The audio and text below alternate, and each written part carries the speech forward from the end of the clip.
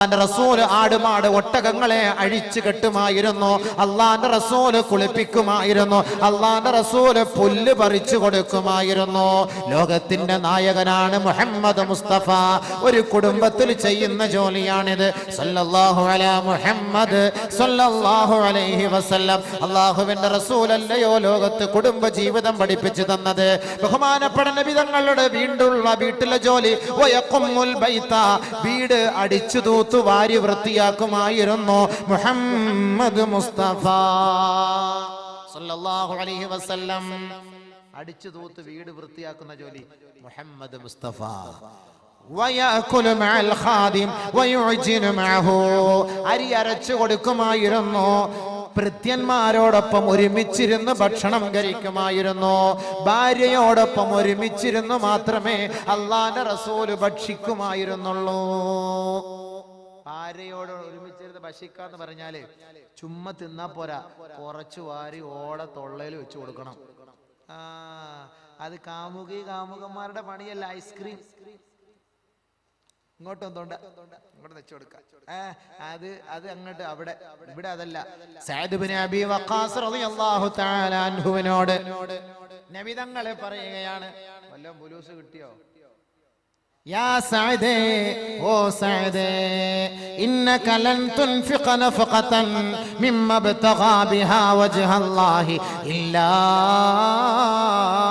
ഉജിർത അലൈഹാ ഹത്താ തളഅ യദക ഫീ ഫമി ഇംറഅതിക. ഏ സഅദ് ഇബ്നു അബീ വഖാസിനോട് അല്ലാഹുവിന്റെ റസൂൽ നൽകുന്ന ഉപദേശം എന്തെന്നറിയുമോ? ഏ സഅദേ, നീ നിന്റെ ഭാര്യയുടെ വായിൽ ഒരു പിടി ഭക്ഷണം വെച്ചു കൊടുത്താൽ അതിന് പോലും അല്ലാഹുവിന്റെ ഭാഗത്ത് നിന്ന് കൂലി നൽകാതിരിക്കുകയില്ല. ഭാര്യയുടെ വായിൽ ഒരു പിടി ഭക്ഷണം, ഒന്നും ഇല്ലെങ്കിൽ ഒരു പപ്പടം എങ്കിലും എടുത്തു വെച്ച് കൊടുക്കണം. പക്ഷെ കുട്ടികൾ കാണരുത് നിർത്തുക. കാരണം എന്താ, പിന്നെ അവന്മാര് പോയിട്ട് ഏതെങ്കിലുമൊക്കെ പെണ്ണുങ്ങളുടെ തൊള്ളയിൽ വെച്ച് കൊടുക്കാൻ പോകും. അപ്പൊ നിങ്ങൾ എന്ത് ചെയ്യണം? ഒറ്റയ്ക്ക് നിങ്ങൾ രണ്ടുപേരും കൂടെ ഒരുമിച്ചിരുന്ന് ഭക്ഷണം കഴിക്കണം. ഒരുമിച്ചിരുന്ന് ഭാര്യയും ഭർത്താവും ഭക്ഷണം കഴിക്കണം. അങ്ങനെ ഭക്ഷണം കഴിക്കുമ്പോ അങ്ങോട്ട് ഒന്ന് കൊടുക്കണം, ഇങ്ങോട്ട് ഒന്ന് വാങ്ങണം. ഇവൻ കുഴച്ചത് ഞാൻ തിന്നുക, അവള് കുഴച്ചത് ഞാൻ തിന്നുക. നബിയുനാ റസൂലുള്ളാഹി തങ്ങളുടെ സ്നേഹബന്ധം ഒന്ന് പറയട്ടെയോ? ആയിഷ ബീവി റളിയല്ലാഹു അൻഹ പറയുകയാണ്, ഞാൻ വെള്ളം കുടിച്ചുകൊണ്ടിരിക്കേ, ഞാൻ ഋതുമതിയാണ്, മെൻസസ് പീരീഡിൽ ഞാൻ വെള്ളം കുടിച്ചുകൊണ്ടിരിക്കുമ്പോ ശേഷം എന്റെ ബാക്കിയുള്ള വെള്ളം ഞാൻ നബി തങ്ങൾക്ക് കൊടുത്തു. അള്ളാന്റെ റസൂലിന് ഞാൻ കുടിച്ച വെള്ളത്തിന്റെ പകുതി ഞാൻ കൊടുത്തു.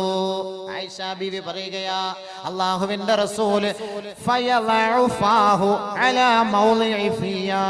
ഞാൻ ഗ്ലാസിന്റെ ഏത് വക്കില് വെച്ചാണോ വെള്ളം കുടിച്ചത് അതേ ഭാഗത്ത് വെച്ചാണ് അള്ളാന്റെ റസൂലിന്റെ ചുണ്ട് ചേർത്തുകൊണ്ട് ആ വെള്ളം കുടിച്ചത്.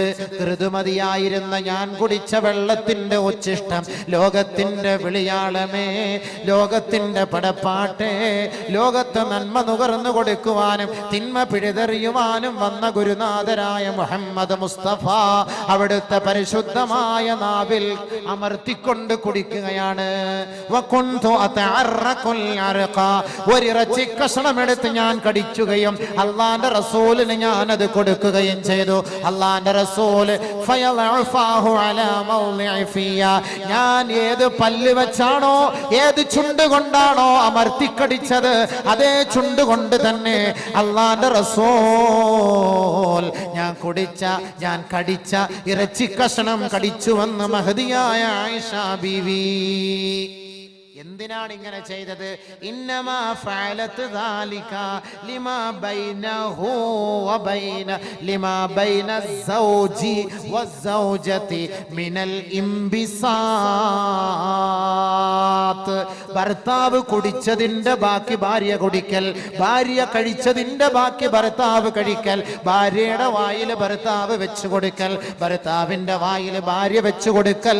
മിനൽ ഇംബിസാത്ത്, കുടുംബ ജീവിത ജീവിതത്തിന്റെ ഒരു മനപ്പൊരുത്തമത്രേ, ഒരു മനപ്പൊരുത്തമത്രേ. അവർ തമ്മിലുള്ള സ്നേഹത്തിന്റെ അടയാളം, അത് സ്നേഹത്തിന്റെ അടയാളം. ഒരു ദിവസം ആയിഷ ബീവി റളിയല്ലാഹു അൻഹ പറയുകയാ, ഇന്നി ഹായിദുൻ, ഞാൻ ഋതുമതിയായിരിക്കുമ്പോ നബി തങ്ങൾ എന്നോട് പറയുന്നു, യാ ആയിഷ നാവിൽനി അൽ ഖുംറത മിനൽ മസ്ജിദ്, പള്ളിയിൽ നിന്ന് ആ മുസല്ല ഒന്നെടുക്കുമോ ആയിഷ? പള്ളിയിൽ നാം മുസല്ലയുടെ ഉടനെ ഞാൻ നബി തങ്ങളോട് പറഞ്ഞു, ഇന്നി ഹായിദുൻ യാ റസൂലല്ലാഹ്, ഞാൻ ഋതുമതിയാണ് നബിയെ എന്ന് പറഞ്ഞപ്പോ അല്ലാഹുവിന്റെ റസൂൽ പറഞ്ഞു, യാ ആയിഷ ഇന്ന ഹൈളതകി ലൈസത് ബിയദികി, ഋതുമതി നിന്റെ ഹൈളുകാരി എന്ന് പറയുന്നത് നിന്റെ ഹൈളുള്ളത് എടെ ആയിഷ, എടെ ആയിഷ. ഹൈളുകാരി പെണ്ണുങ്ങളെ, മെൻസസ് പീരിയൽ ഭാര്യമാരെ തടയുന്നവരെ, വലിച്ചെറിയുന്നവരെ, അവരെ ഒഴിവാക്കുന്നവരെ, അവരെ മട്ടുപ്പാവിലേക്ക് മാറ്റി കിടത്തുന്നവരെ, ഋതുമതിയായ പെണ്ണ് പാചകം ചെയ്തു തരുന്ന ഭക്ഷണം കഴിക്കാത്ത ഭർത്താക്കന്മാരെ, നിങ്ങൾക്ക് അള്ളാഹുവിന്റെ റസൂലിന്റെ താക്കീത്, അവളോട് ശാരീരിക ബന്ധം, ലൈംഗിക വീഴ്ച ഒഴിച്ച് ബാക്കിയെല്ലാം അനുവദനീയമാണെന്ന് മുഹമ്മദ് മുസ്തഫ സല്ലല്ലാഹു അലൈഹി വസല്ലം. ഭാര്യ ഭർത്തൃ ബന്ധം ലോകത്ത് ആര് പഠിപ്പിച്ചു കൊടുക്കും? ഇങ്ങനെ ഒരു ജീവിതം നയിച്ചാൽ എന്തായിരിക്കും സംഭവം? ബഹുമാനമുള്ള സഹോദരൻ, ഫാത്തിമ റളിയല്ലാഹു തആല അലി റളിയല്ലാഹു അൻഹുവിനെ കുറിച്ച് കുറ്റം പറഞ്ഞപ്പോ നബി തങ്ങൾ പറഞ്ഞു, അങ്ങനെ ഒന്നും നീ കുറ്റം പറയരുത്, അദ്ദേഹത്തെ നീ സഹിക്കുക. ഇറങ്ങി വന്നപ്പോ അലി റളിയല്ലാഹുവിന്റെ മുഖത്ത് നോക്കിയിട്ട് ഫാത്തിമ പറഞ്ഞു, വല്ലാഹി ലാ അഷ്കു അന്നക ലആതീക ശൈഅൻ തക്റഹു അബദ, അങ്ങേക്ക് വേദന ഉണ്ടാക്കുന്ന ഒരു കാര്യവും ഇനി മേലിൽ ഞാൻ പറയുകയില്ല. അലി റളിയല്ലാഹു പറഞ്ഞു, നിനക്ക് ഇനി വെറുപ്പുണ്ടാകുന്ന ഒരു വാക്കും ഞാനും ഇനി പറയൂല. ഭർത്താക്കന്മാരെ മനസ്സിലാക്കേണ്ടതാണ്. ഇൻഷാ അല്ലാഹ് ഇനി ഭർത്താക്കന്മാരുടെ കടമ നാളെ നമ്മൾ ഭാര്യമാര് ഭർത്താക്കന്മാരോടുള്ള കടമ ഇത് തീർന്നിട്ടില്ല. ഈ ഭർത്താക്കന്മാരുടെ കടമ ഇനിയുണ്ട്, ഒരുപാട് ശ്രദ്ധിക്കാനുണ്ട്, ഒരുപാട് സൂക്ഷിക്കാനുണ്ട്. നബിയിന റസൂലുള്ളാഹി സ്വല്ലല്ലാഹി അലൈഹി വസല്ലമ തങ്ങൾ ചെയ്ത കുടുംബ ജീവിതമാണ്. കാരണം നമ്മളിവിടെ ഒരു വലിയ വിവാഹത്തിന് സാക്ഷ്യം വഹിക്കാൻ പോവുകയാണ്. ഈ വൈവാഹിക ജീവിതത്തിന് സാക്ഷ്യം വഹിക്കുന്ന നമുക്ക് എന്താണ് വിവാഹ ജീവിതം നമ്മൾ മനസ്സിലാക്കണം. ഇവിടെ ഒന്നാമത്തെ കരാറ് ഞാൻ പറഞ്ഞിട്ടുള്ളൂ, മിൻ ഇംസാകിൻ ബിമഅറൂഫ് ഔ തസ്രീഹിൻ ബിഇഹ്സാൻ. അതെന്താണ്? ഞാൻ എന്റെ സ്വഭാവത്തിനും എന്റെ കൽപ്പനയ്ക്കും വിധേയയാകാത്ത ഒരു പെണ്ണാണ് എന്റെ ഭാര്യയെങ്കിൽ അവളെ ഞാൻ ഒഴിവാക്കേണ്ടതല്ലാതെ മറ്റൊരു വഴിയും എൻ്റെ മുന്നിലില്ല എങ്കിൽ നല്ല നിലയിൽ മാന്യമായ മാർഗത്തിൽ ഇസ്ലാമിന്റെ കൽപ്പന പ്രകാരം, വിധി നിയമപ്രകാരം മാന്യമായ നിലയിൽ ഞാൻ അവളെ മൊഴി ചൊല്ലിക്കൊള്ളാം. അതെങ്ങനെയാണ്? എന്തുകൊണ്ടാണ് അവളെ മൊഴി ചൊല്ലേണ്ടി വരുന്നത്? എന്താണ് അവളുടെ ഭാഗത്തു നിന്നുള്ള തെറ്റ്? അതുകൊണ്ട് ഭാര്യയുടെ ഉത്തരവാദിത്വം എന്താണ്? അത് നാളെ പറഞ്ഞിട്ട് മരണത്തിന്റെ വിഷയം ചർച്ച ചെയ്ത് തീർത്ത് ഇൻഷാ അല്ലാഹ് ദുആ ചെയ്ത് പിരിയാം. അറബിയിൽ പറഞ്ഞു തന്നത് തൃപ്തിപ്പെട്ടോ? കബിൽതു, തൃപ്തിപ്പെട്ടു, റളീതു, ഇഷ്ടപ്പെട്ടു. അവൻ ആ പെണ്ണിനെ കൂട്ടിക്കൊണ്ട് പോവോ? ഇതറിഞ്ഞാ കൂട്ടിക്കൊണ്ട് പോവോ? ഇവിടെ പറഞ്ഞു കൊടുക്കോ? അത് മലയാളത്തിൽ ഏതാ പറയുന്നത് അറിയാവോ? എന്റെ മകൾ സബീന ബീവിയെ ഇത്ര മഹറിന് ഹലാലായ ഭാര്യയാക്കി, ഇണയാക്കി വിവാഹം ചെയ്ത് തന്നിരിക്കുന്നു, ഞാൻ അത് ഇഷ്ടപ്പെട്ടു, തൃപ്തിപ്പെട്ടു. അതല്ലേ പറയാറുള്ളൂ. അതിലെന്ത് മനസ്സിലായി? അതിന് മുമ്പ് ഒരു വേടുണ്ട്, അതിന്റെ അർത്ഥം എന്നറിയോ? അതാണ് കല്യാണം. അതാണ് അല്ലാഹ് പറഞ്ഞത്, വഅഖദ്ന മിൻകും മീസാഖൻ ഗലീളാ. ആദ്യമായി ഉസ്താദുമാര് നിങ്ങൾക്ക് പറഞ്ഞു തരുന്നു, യുവാക്കളെ, വിവാഹം കഴിച്ചവരെ, കഴിക്കാൻ ആഗ്രഹിക്കുന്നവരെ, 24-ാം തീയതി 25-ാം തീയതി വിവാഹ സദസ്സിൽ ചർച്ച ചെയ്യാൻ പോകുന്ന ഭാഷണമാണിത്. അല്ലാഹു റബ്ബുൽ ഇസ്സത്ത് ആലമുൽ അർവാഹിൽ വെച്ച് 3 കരാർ എടുത്തിട്ടുണ്ട്. കരാർ ബലിഷ്ഠമായ കരാറാണ് വിവാഹം. ബലിഷ്ഠമായ കരാർ. 10 മണിയായി. എത്ര മണി വരെയാ പ്രസംഗം? 10:30 വരെ. ബലിഷ്ഠമായ കരാർ. കല്യാണം ഒന്നും എത്തൂലല്ലോ, ഇത് 10 മണിക്ക് പറഞ്ഞ് എവിടെയെങ്കിലും എത്തൂല.